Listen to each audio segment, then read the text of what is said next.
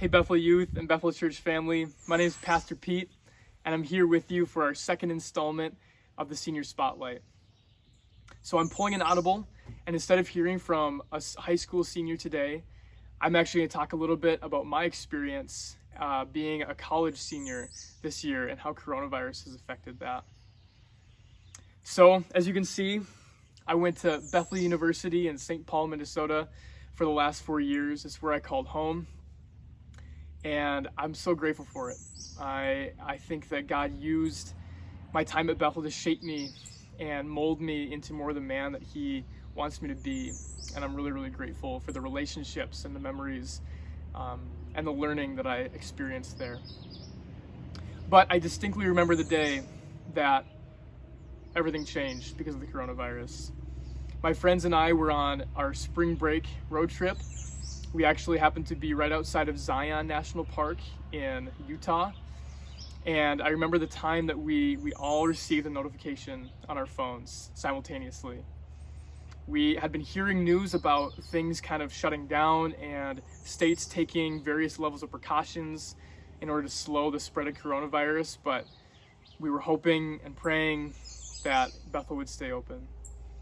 But that didn't happen. And we all received a notification on our phones saying that Bethel was going to shut down for the rest of the semester and we were going to move to online classes. It was a hard time for me.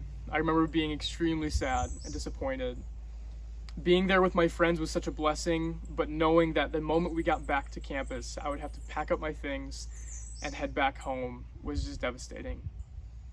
Because you see, it all relates back to this idea I talked to a few weeks ago when I talked about expectations. Our expectations are the lens through which we see and experience our lives. And my expectations were that I was going to have a normal and traditional end to my senior experience. I thought I would be able to go to the beach with my friends and go to baseball games and be able to just enjoy and soak up the last few months of college before it would come to an end. And then I expected I would have an easy transition going from college back home to Fairmont to be the youth pastor at Bethel. But those expectations were broken. But what God's been teaching me through that is not that expectations themselves are bad, but rather that instead of holding on to our own expectations, which are continually changing and continually dependent on a ton of things that are out of our control, instead we need to mold our expectations to what God is giving us in the moment. Because instead of having these expectations that I did have, I now have new expectations as I move into this new season of life as the youth pastor at Bethel. I have expectations that God is going to do incredible things in and through the lives of these students that I'm working with.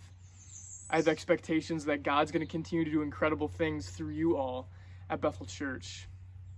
Now, these expectations, I believe, would have come even if I would have had a traditional end to my senior year, but they've just been pushed up, and that's okay.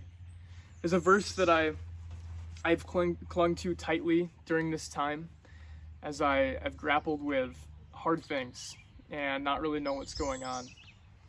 I hope it's encouraging to you. It's Romans 8, verse 28. And it says this, "And we know that for those who love God, all things work together for good, for those who are called according to His purpose." Now, I think it's important to look at what that verse doesn't say. It doesn't say that God works all things for the good who understand exactly what's going on. That all things work for the good of those who understand God's purposes and His plans and His design. Because the reality is that none of us truly do. We know what God has called us to do and who He's called us to be, but we don't know what life's going to look like. And coronavirus has certainly thrown a monkey wrench into all of our lives. So this is my story. This is a little bit of what I've experienced as a college senior. I hope it's encouraging to you, and I hope that you are continuing to look for ways to encourage our seniors at Bethel and the difficult time that they've gone through. Thank you so much for watching.